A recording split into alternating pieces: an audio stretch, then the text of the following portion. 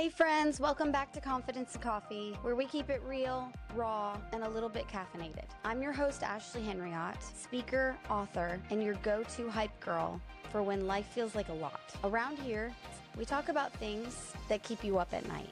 Self-doubt, fear, people-pleasing, faith, and finding your voice again, without the fluff. So grab your coffee, pull up a seat, and let's talk about stuff that actually matters.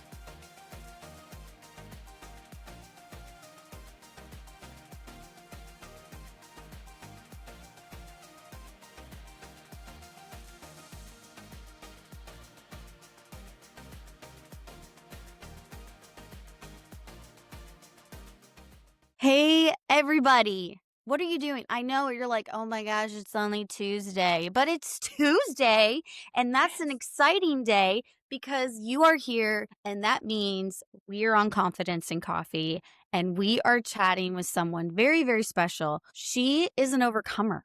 Okay, she has a story of resilience and self-love, and most of all, commitment, right? How many of us need to commit to something that's meaningful and restores us? And that's what Michelle Doane is going to talk to us about. She is the founder of, and Michelle, correct me if I'm wrong, Imani Vegan Cosmetics. Yes, Imani? Imani. Yep, Imani is Imani? good or Imani is good too. Yes. Okay, so vegan cosmetics. How many of us are tired of putting certain chemicals or things on our face that we have no idea where it's from, what it does? We're just like, please fix the problem. And you know what's interesting, Michelle, what I love is that your journey and what you created with Imani Vegan Cosmetics is that your mission really is behind your own overcoming of like cystic acne, Yeah. which I would love for you to talk about that because Yeah. I've actually never heard that term before. And so you're going to talk to us hopefully about that. And she's about building a very clean beauty brand. You guys know more about that. Okay. This is amazing. And I love Michelle. Here's what I love too is I love all things, obviously, but I love that there is a story and there is a mission behind what you do because your beauty brand is not just do all natural things, but behind it is resilience, self-love, innovation, like you're connecting with others who overcome. But if I may, like I know that you were an immigrant Yeah. and if you're comfortable going that and you face countless challenges that I could never even begin to imagine. And the fact that you turned that adversity, like that struggle into a mission and you turned it into victory. And the fact that you want to help others feel confident in their skin. How does all of that connect for you? Tell me more about you and a little bit of your past and your Yeah. family, and then what it was you were struggling with the cystic acne. Yeah. So thank you so much for that opening. I'm so honored to be here. So, I'm a first generation Vietnamese American, and I'm like super proud of it. And I tell my children every day, I said, being born in America, you already winning, right? You're already winning. So, my mom, I was raised by a single mom. And I see her struggling, and I always wanted a better life. And she talks about, coming to the US and giving us a better life. We are in the 80s. Okay, so let's just start. I am going to turn 56. I have 3 kids, and I'm a grandma of 3. Yeah, yeah. So No! Do you guys see it's her? this is no surgery, you guys. Like, I'm not like, so I really believe in a different kind of beauty. I know. I love it. Thank you so much. For somebody who grew up feeling really ugly because of cystic acne. But just a quick story, how we came to this country in the 80s. We escaped by boat. Our country was overtaken by the communists, and my mom knew that was in the path, and that's not how she wants to raise our children. And so she left, and we left on like a little tiny fishing boat. Imagine like a 90-foot fishing boat that has 319 people. Well, 2 people died on this journey, right? And there were storms. It was very horrendous experience. And like we end up in Thailand. And at this time, they didn't want people to land in Thailand. So we were shot at. And then I remember in the middle of the night, we would pull up close enough to shore, and we had to swim in. And what I didn't tell you is that my mom was traveling with 6 children. My youngest sister was 2, my oldest brother was 16. And if it wasn't this for like the grace of God, right, for us to be safe on this journey, and there was no food, no water, there was very little things that you can carry. And I remember my 3 older brothers knew how to swim. Myself and my brother and my little sister were too young and we didn't know how to swim. And so my mom had to go run around begging people to Oh my carry gosh. us in the boat, and so think about being a single mom and in the middle of the night, it's pitch dark. And if it's not for God and like for people lending us a hand, carrying us on our back and make it into shore. And it's just incredible. So that's talk about the resilience, seeing what our mothers, what our parents go through to give us a better life. I'm like so deeply grateful. That's why I tell my kids being born in this country is like a huge privilege and honor. Do you know what I mean? And then we end up spending a year in refugee camp, and that was another story in itself. But here we are. We made it to Canada, and then we end up in the U.S. My mom had this dream about California, and so we finally made it into California. And I think every day when I go outside and I see this beautiful blue sky and be so grateful to be alive and to be in the place that I'm at, right? So here I am coming to California when I was 15 and I'm going to school and we are poor. Yeah, we are poor living in California. And I had cystic acne. So, the funny thing is that Ashley, my mom's friends would visit us and saw that I have like horrible cystic acne. And they would buy me like cleansers because they felt like I wasn't cleaning my skin, or maybe I just didn't know how to take care of my skin. And it kind of like, imprinted in my brain. It's like, okay, maybe like I'm not beautiful, I'm not clean, and I'm like overwashing my skin. And then when we would afford to go to a dermatologist, I end up going to dermatologists and just getting my skin fixed. I was on Accutane. I don't know if any of you guys been on Accutane. It really kind of messed up my system. Yeah, because I have a very sensitive GI, so it's kinda messed that up, and then the topical would be peeling, and so Mm. I have I have an ugly duckling syndrome. I don't know what that feels like. It's like, no matter what happens and no matter what people tell you, like, "Oh, you're pretty," and I always felt, like, so ugly. Even now, sometimes, I have to remind myself that I'm okay. That's where the self-love and the embrace comes in. But, I went into fashion business and no matter what I wore, I always felt ugly because I couldn't hide my acne, right? And this is back in the 80s. So the more makeup I put on, the uglier I felt because it was like breaking out. You couldn't hide underneath that. But it's something that I was struggling with. I was really hopeless until one day I went into a salon and behind the counter, there's this beautiful lady. Her name is Cheryl. This is 1997. And she said to me, she saw my acne and she said, I can help you with your acne. And I'm like, no way, you can't help me with my acne. I've been to the dermatologist so many times. If they can't help me, you can't help me. And she's like, I can help you. And I'm offering facials for $20. This is in Huntington Beach. And back in 97, a typical facial would run for 40. And I'm like, okay, for $20, I'm gonna go in and see what this is about because she was so convinced that she can help me with my skin. Going in for a facial when you have cystic acne, actually, it's not relaxing. There's, that relaxing aspect of massages. But for an acne facial, she used like a little lancet. So I have like hundreds of clogged pores and I had like, cystic acne. So she has to like go in and using of the lancet to break through the skin and to squeeze everything underneath my skin. So imagine hundreds of it. And it would leave me like I would be tearing up, I would be crying, I would come out, my face would be puffy. But guess what? For 2 weeks, my skin looked amazing because my pores were clean. But then I noticed there's a pattern. My skin started clogging again, and I was having these issues. And I go back to her for 3 months, and I'm like, listen, like for 2 weeks, my skin looked really good.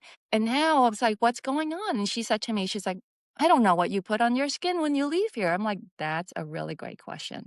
And I'm like, can you tell me what I can put on my skin? And she said, yes. This was an answer I did not expect because I really want to challenge her.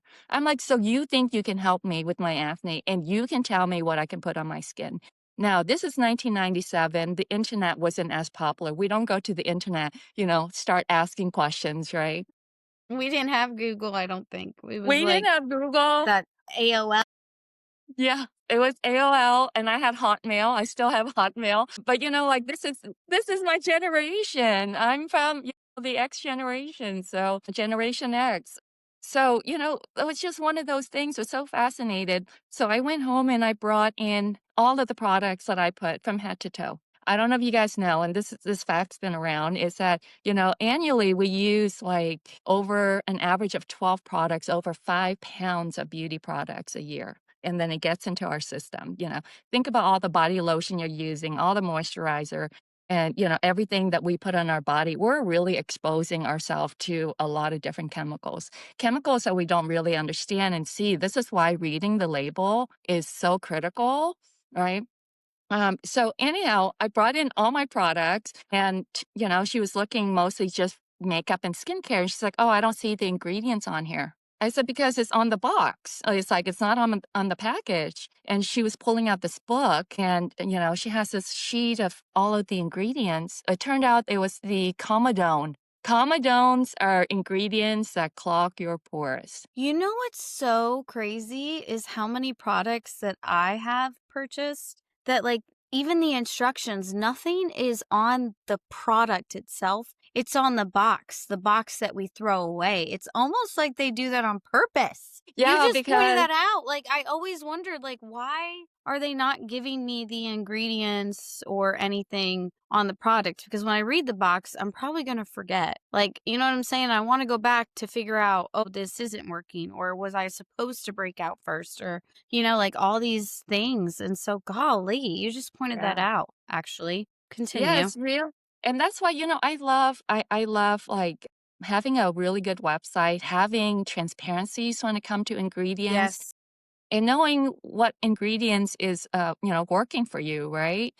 So one of those things was that when she had this list, I was really fascinated, right? And I'm like, hey, can you photocopy it? you know, can you photocopy this sheet? Because I want to go and I want to buy products that didn't have any of these comedones, right? And so ingredients are listed like 0 to 5, right? Anything over a 3 is very comedogenic, right? And also depends on the percentages that goes into the product. So she gave me this list and I went to the department store, right? And I'm like, okay, I'm going to go to the department store because I want to go to the biggest brands that I think it's going to be really great. So I go to the department store and all the testers are sitting on the top. You guys know this. If you shop at a department store, all of your testers sitting on top, beautifully done, but there were no ingredients. So I went to ask the salesperson and I said, hey, can I take a look at the product, the packaging itself? And she's like, why? And I'm like, oh, I would like to see what's in it. Right now, that's normal. But back then, it was not normal to ask to see what ingredients. In 1997, it wasn't normal to ask to see the ingredients, right? And so I pull out this list and imagine this salesperson behind the beauty counter see me pulling out this sheet and looking at the ingredients. And it was really an uncomfortable experience for me because, to check every single ingredient to see if it's on there, with a large panel, it was really daunting. So I went to another counter, had the same experience. I'm like, you know Yeah. what? I'm going to go to a drugstore where I can just go in and take a look and then just spend as much time in the aisles. Yeah. So guess what? After an hour, I have a manager walking behind me to see like what I was doing because I was in the aisle for like over an hour. Then I started calling companies. Back in the 90s, the biggest thing was hypoallergenic. So I started calling the company. I'm like, hey, if it's hypoallergenic, why is it breaking me out? And about 100 phone calls later, they end up transferring me to the raw materials ingredient company. And so here I am talking to a chemist, work for Merck. Merck is a medical kind of like type of company, but they also have a cosmetic division. So I end up talking to someone that is in cosmeceuticals that are creating these minerals and pigments. And that's how I end up starting my own line because I was creating a product that worked for my skin. Oh my gosh, the determination of you. That's like what I want to get into. You were determined. And I have to tell you too, like I have a lot of respect for your mom. Yeah. She is like, she's so strong.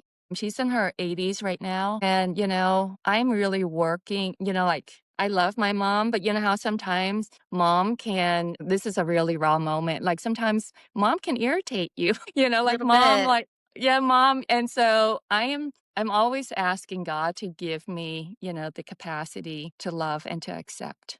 As I am loving and accepting myself for who I am, and all the mistakes I've made and who I am today is asking for the capacity to have that empathy and love, especially for my mother and others Yeah. around me. Because you're,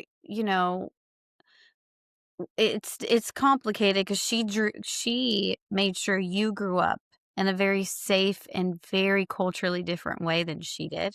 So it's almost like she probably knows that, like, she's knows her ways of love, right? Like knows her ways. And I found that in my family where it's like my mom loved me to the best of her ability that she knew Yeah. how to. And I will always respect her for giving me life and for saying yes to giving me life Yes. no matter her imperfections. And Yeah. I'm gonna, look at the silver lining in that. And I can see how you see the beauty and how strong you admire your mom. And the fact that you want to see people with empathy and compassion, I think is a big reason that you are determined. Like you are determined. You were determined to be like, no, like I am Yeah. not gonna settle. I mean, it almost scares me how many people just like kind of accept Yeah. their skin as that, or how Yeah. many people are uneducated. Like, how do you feel about that, Michelle, when you think about how so many others are so uneducated and don't talk to chemists and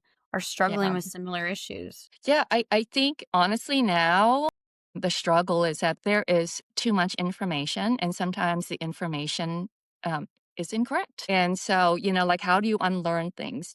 I'm not a TikTok generation, but when I get on TikTok, I am so overwhelmed because there was so much There's so information. much information. Yeah, and then there's just so many things you can go in this, I call it the rabbit hole. And so I think even right now, I love growing up in the 80s and 90s because you can choose what information you absorb, right?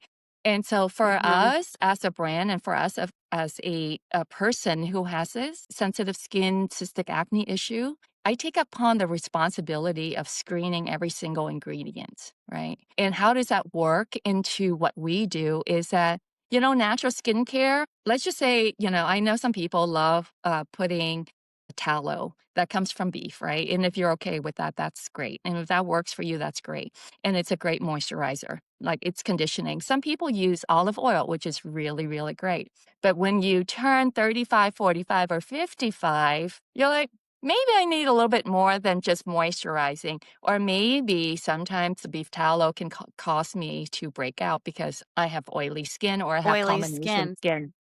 Right. So that's where kinda we come in, and I've had the brand since '98, actually, it's like 28 years. It's a lifestyle brand. We work with, like, salons, and we export, and we work with a lot of skin specialists, and I call what we do is a lifestyle company. Lifestyle company does it because I'm passionate about that, and we've had a lot of companies, a lot of venture capital that wants to purchase Imani, but I'm like, I wanna enjoy and produce a product that we want to produce. So, what if we spend more money on raw materials? What if it costs us more? But this is who I am as a person, right? Yeah. And coming out with products that is natural, but add enough science that is going to improve the way that your skin look and feel every day. I think about why women wear skincare because we want to nourish, we want results, right? And so I think about that.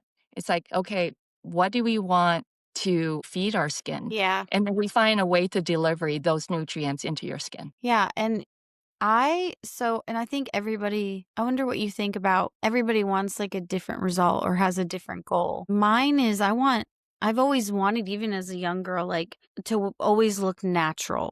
like, wear light makeup, but still stand out and be beautiful, and I love bronzy, which now at 36, I'm having to take care of some lots of skin damage and pigmentation because I was a millennial and we did the tanning bed and we wore baby oil and we were silly and dumb.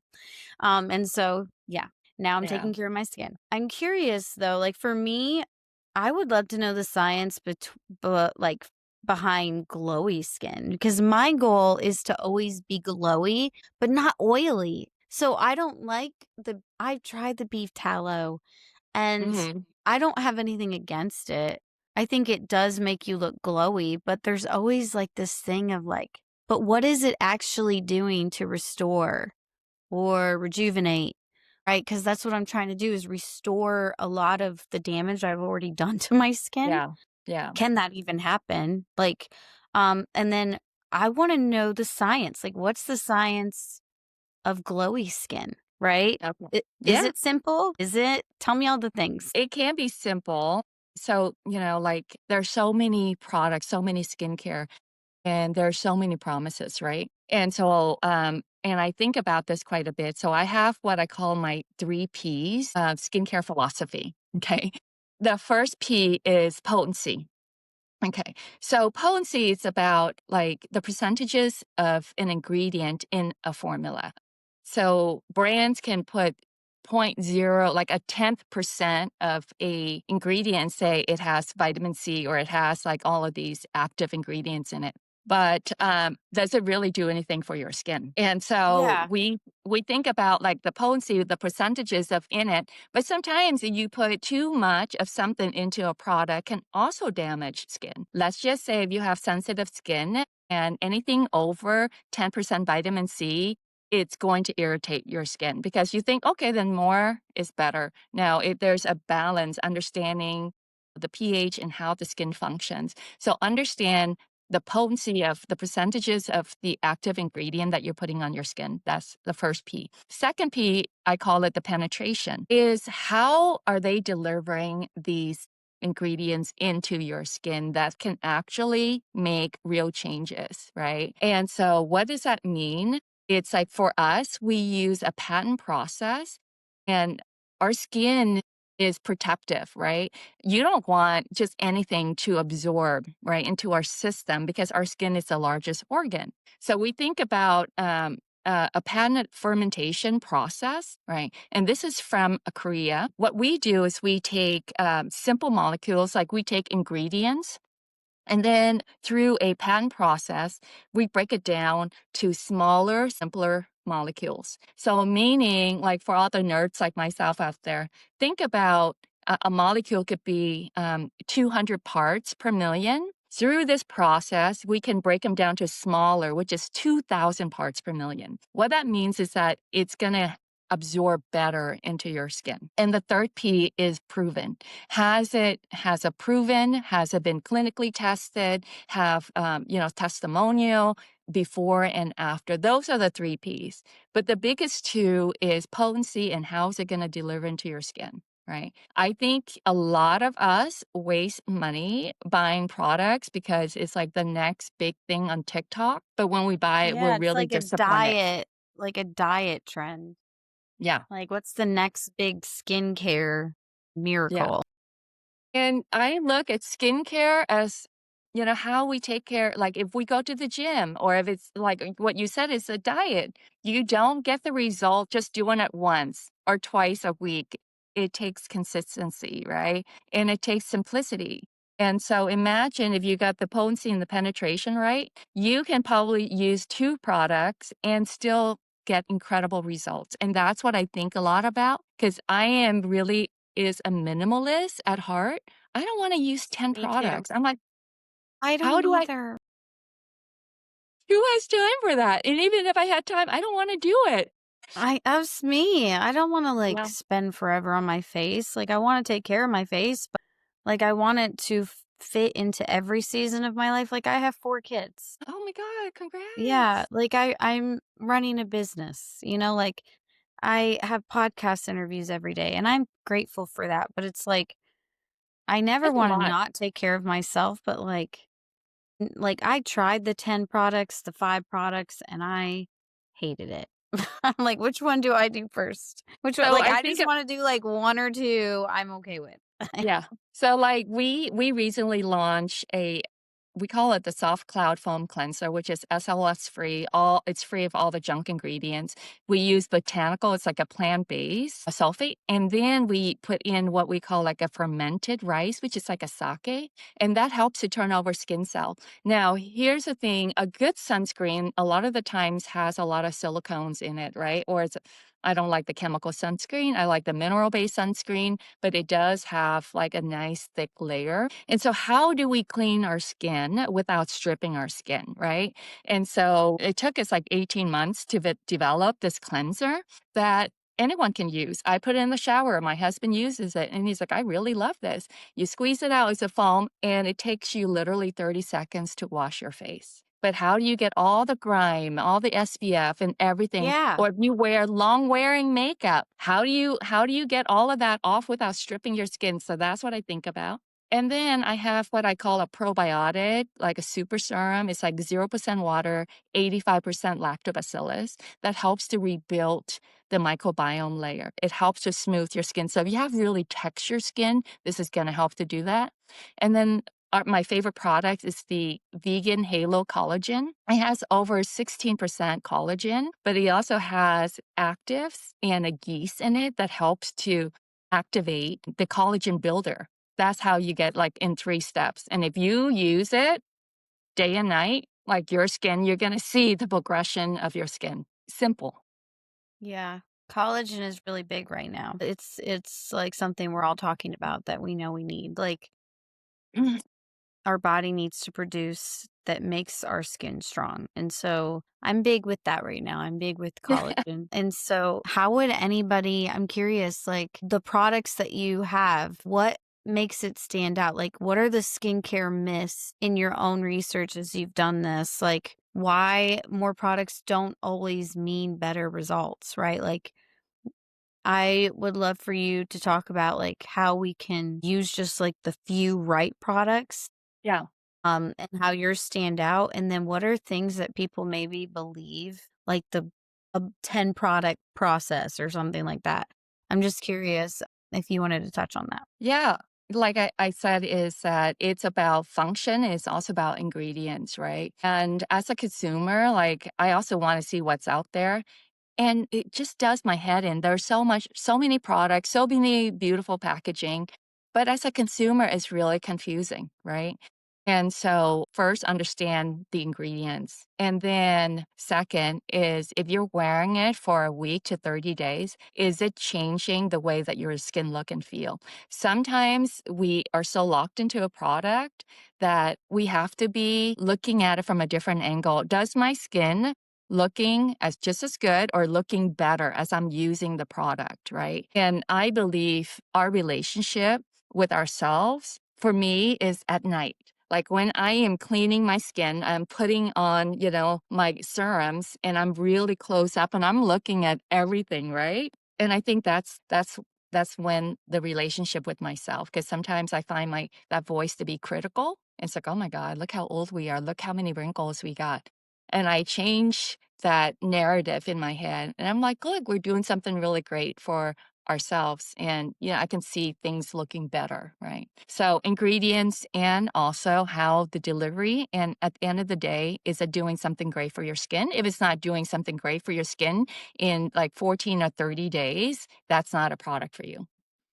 I mean, yes, yes. Let's all chew on that for a second. It also goes into trusting yourself. And so I want to talk about that, like, because it definitely is a mindset. Like, it's just like a position and like really advocating for yourself. And you inspire a lot of women to do so, even in your own story. And so, I'm just curious, like, what role does mindset play in like our health and overall like well being? How does it affect our skin? My favorite topic. Mine too. Do you have a roommate in your head? A roommate? Yeah, in your head. The voice Yes. that constantly talking to you? Yes, I do. And, and it depends on what kind of roommate you have can really affect our health subconsciously. And I Okay. realized that once I acknowledge that voice in my head, and most of the time, even now with mindfulness, I can feel and sometimes I can hear that voice has been really critical. Like if I made a mistake, right? I was like, Mhm. oh, dummy, or like, oh, I'm so clumsy. Oh, I can't believe you did that. Why Like, did you oh, that do was, that? Yeah. why did you do that? Like, you should know better. And Why do oh you my keep gosh. doing this again? Why do you let people do this? Yes, I Oh have my one of God, you're getting those. fat. I go, my butt's too I big. know, she yells at me all the time. And so I think that really and when I was examining that voice in my head, and I'm like, if that was a friend, would you be friend with that person who's constantly criticizing you? Right? Ooh, So I'm like, yeah, yeah, girl. dang. If that voice was your friend, would you keep her? No, boundaries Yeah, real quick. Like, you're not for exactly. me, lady. You're not for me. So how do we flip that Dang. script? How do we flip that script? Because we're constantly We change criticizing our ourselves. friends. Yeah. Yeah. We want to surround ourselves with people that love and embrace us for who we are Yeah. with authenticity, sincerity, right? And I think it's even harder when you're younger, and that's what I feel sad. And I think about like our younger generation, the teens, it's you grow up Yep, not I was feeling accepted, you know. yeah. And It's harder now too, because it goes back to, like, the too much information. I don't think we were designed or created to take in that much information, and I think I it's a huge cause of depression and anxiety. yeah, And yeah. insecurity and comparison. Like it kills your confidence. To have too much information can easily kill your confidence because now you're constantly looking outwardly for results.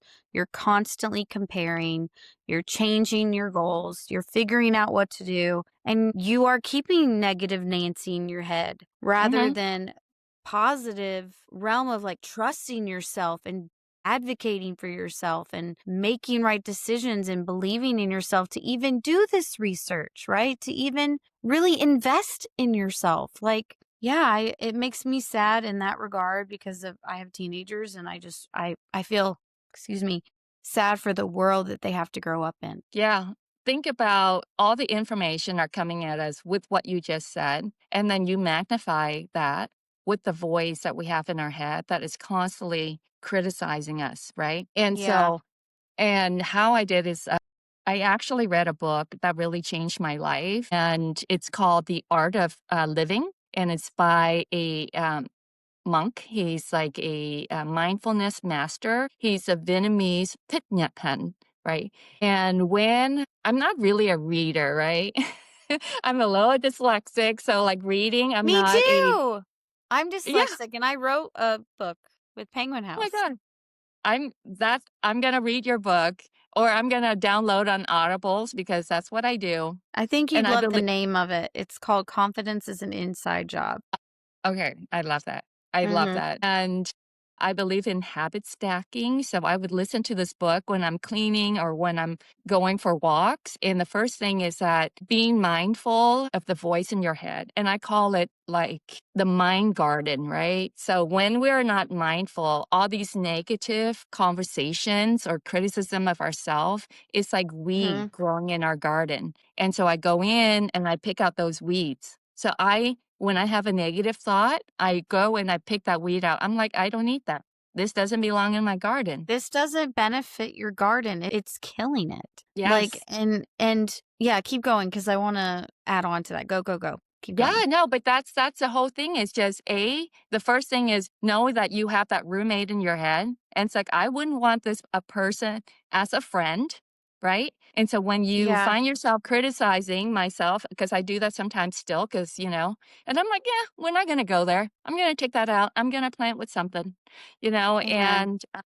and then just surrounding yourself with people that genuinely love and embrace who you are. And even if you Yeah. don't do the positive thinking, like planting flowers in your garden, but plugging out the negativity is going to change the way that you look at life and look at yourself. That's really good.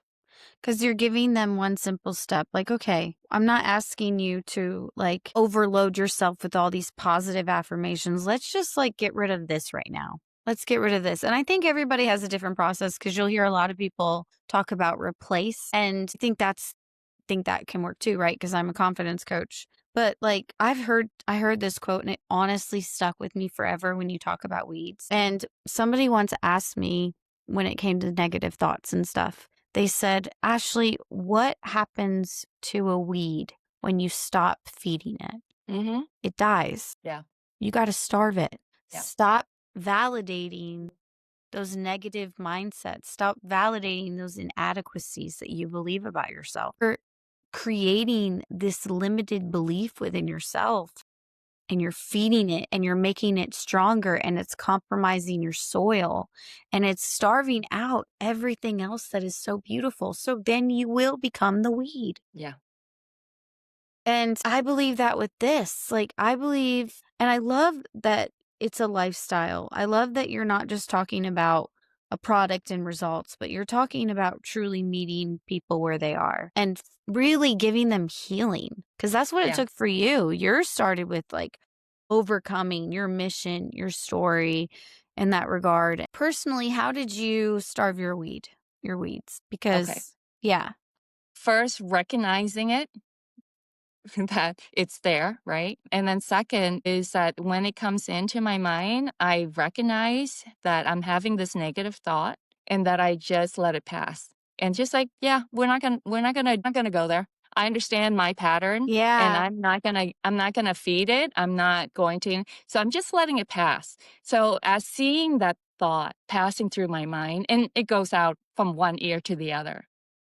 And so preach. every time I have that, I was just like, "Boop, it's gone." It's not Amen. complicated. The more that you hang on and give it more thoughts, you're feeding it.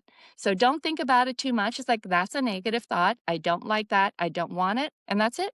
And just watch it pass. And I'm really big in visualization, so I see that thought popping out of my head. And it's Visual really learner. imagination. Do you believe in manifestation? And I know it's It's a very tricky. big and loaded question, It's right? a big loaded question. Yes. I believe that our words have power and they carry life and death in the tongue. And I believe what we speak over ourselves and others leave extreme impact in our direction and how we influence others and ourselves. Yes, in that Yeah. regard.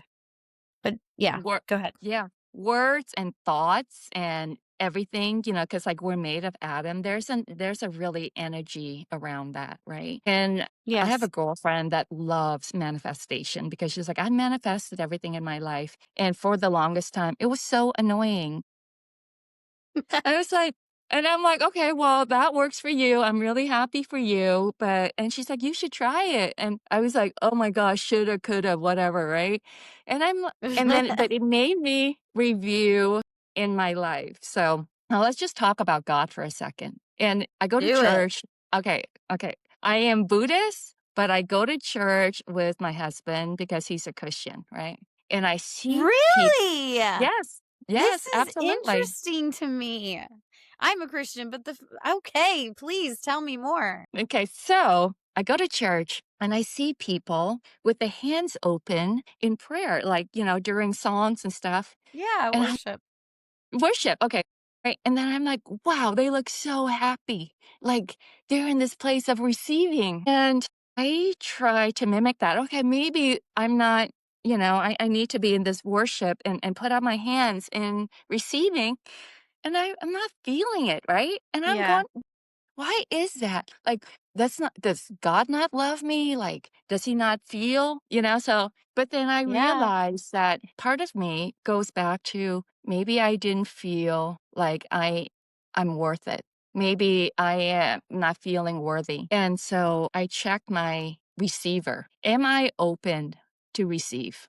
And that was something that I work on a lot. And now I have conversation with God and said, "Hey God, I'm open to receive you and I'm open to receive everything that is good and that's meant for me." And it just started with that because it was a very difficult journey. Um, in feeling and accepting because I wasn't accepting and I thought it was God, but it turned out it was just me. Yeah. And so, That is so that is interesting. Like, I love having these kind of conversations because I don't feel like enough Christian communities do.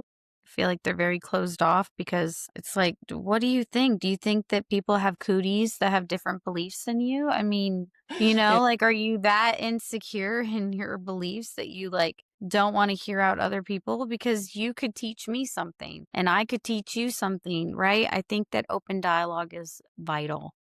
yeah, And so, because I've learned that a lot of people I've talked to in this dynamic, like, they don't understand. And what I get to tell them is that what they believe or what is working, like the manifestation aspect, yeah, is biblical and it belongs to God, yeah. you know? And our thoughts have vibration, it has energy, and it attracts, and that's the whole thing of the law of attraction, right? So I think about, for me, it's not about I am blessed, like I live a good life that I've created for myself, Yes. but that's not my purpose. That's not my wish. I live with joy because, I went through this whole journey of like, why do I want to build this company? What is my North Star? Like, why am I doing this? Why am I like making myself suffer? Yeah. Why do I bring more work on myself? Why do I do this? And I realized from all of that is because for me, I want more joy in my life, right? And Yeah. so now I think about, okay, where can I find joy?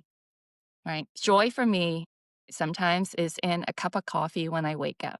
Joy for me is to have hot water and I'm taking an amazing shower. Joy for me is like being alive and being outside and looking at the blue sky. And I realize that it's not about the money. It's great. I'm glad I have a car. I'm glad I have a roof. But like finding that little morsel of joy in my life. I'm going to be absolutely transparent. Running my company the last 20 something years, it's had its ups and downs. I have a lot of insecurity. I'm like, are people going to love it? And this and that. And I changed that. And I'm like, you know what? I'm going to make the best product that I know how, that I'm excited to use. Yeah. And not because of fluff, not because of this. And my girlfriend asked me, he said, okay, what's your North Star? I'm like, oh, that's a really great question. And around it, it has to do with something that's deep and impacting is that I don't want women to feel ugly on the inside. We all have that thing like, I'm not good enough. I'm not pretty enough. I'm not skinny enough. Right. And so I want to just be a tiny part of your day where I create something that makes you feel beautiful. That's it. And nurture and not polluting your body. And, Yeah. and all Yeah. of that. Yeah. Yeah. Like the fluff doesn't matter. It has to be that. Like it has to be something beyond yourself. Yeah. Yeah.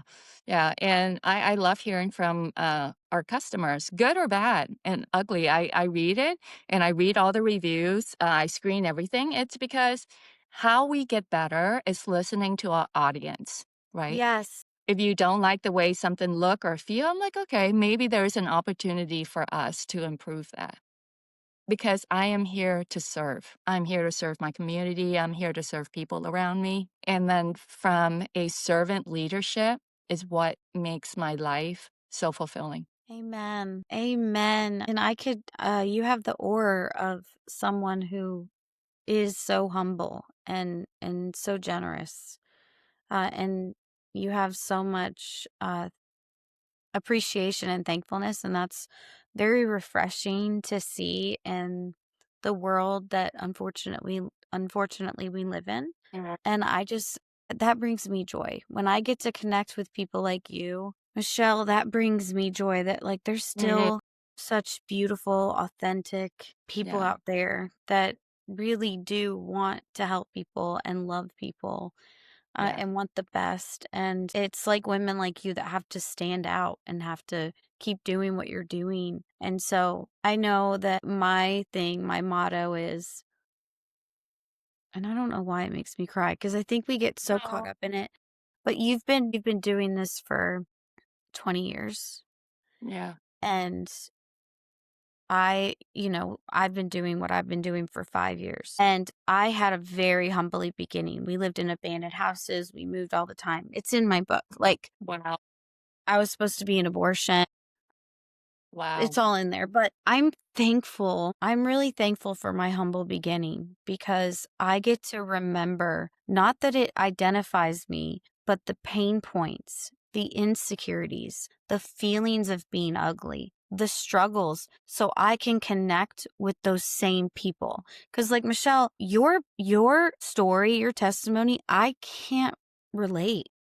Like I could Mm, never even imagine, and I'm not going to try, but there are so many other people out there, Michelle, that you can relate with them in a way that I never could.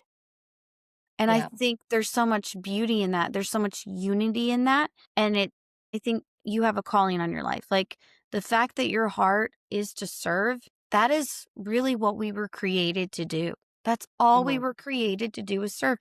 And you know what is insane? You know, Buddhist is really not a religion, right? Buddhism is like a life philosophy. So, if you think about this way, Buddha was actually a person, right? And, he gave up his all of the riches because Buddha was the prince. And he gave up all his riches because he was living inside of a palace. But when he snuck outside and he saw how terrible people were living in starvation and things like that. And he went on this journey. So, Buddhism is not a religion. Buddhism is a way of life and the way that we look at life. And it teaches compassion, which I think is very similar to Christ, like teaching us to live with compassion and to be kind. In my kitchen, I have a little plaque that says, "In a world, you can be anything, be kind." Be kind. Yeah. Yeah. And I wasn't always kind. Before I was really short, and I always feel like being a woman in business, I had to be tough and I had to be Yeah. fierce and I had to be all of that. But that wasn't who I was, and I was miserable. Yeah. Yeah.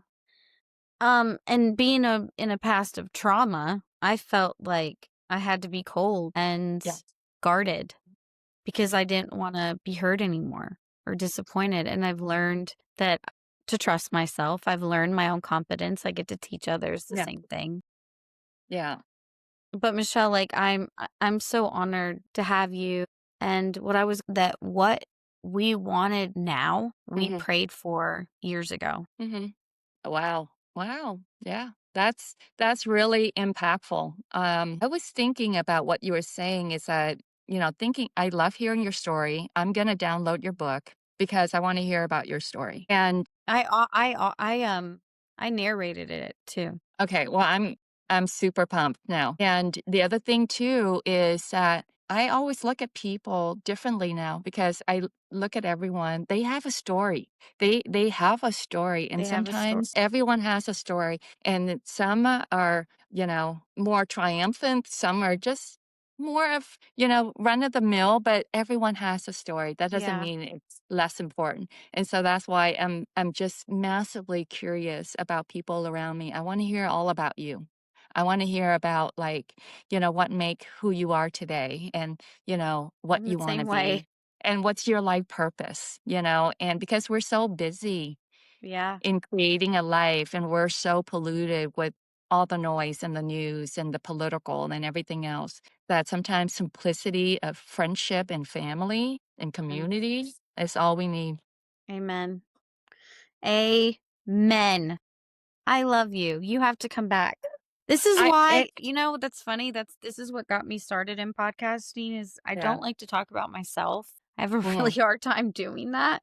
But I love to get to know other people. Like I love having guests on the podcast. I love hearing their stories, their passions, how they overcame life. I love connecting with other people because it's such an honor. I get to talk with Aw. you and I get to hear about your story and I get to share it with others. Oh, Yeah, and this is what I love. So, like, if today any of the story between you and I resonate with somebody, I want them to share it. I want them to comment because I think it's really important that we're here to support everyone, but especially mhm. women. Like, I was raised by a single mom. And then I end up being like a single mom myself. I went through two divorces, and it's I was a single There's mom. been some dark times. Like, there's been some dark time in my life because people look at me, it's like, "Oh my god, you good at me, this and that." I'm like, "No, girl." Like, I had to, like, work hard. I Yeah, had to, like, dig deep. I had to be, like, in the darkness to, come and on. always telling myself, "It's always darkest before dawn when I'm going through something really tough." Yeah, And amen. it could be your darkest moment right now, and just know that dawn is coming and that you're gonna shine. Amen. Michelle, I don't want to take up any more of your time. I have to have you back because I feel like there's so much more that you can teach and inspire so many other people about. And I would love to be a part of that and sharing your brand, your skincare. It's more than skincare, it's What is more than a product. It's a Yeah. purpose, Michelle. It's a purpose. So, where can everybody purchase this purpose? The And, where easiest can everybody can connect with you? Where can we all connect Perfect. with you? So Imani.com, EMANI.com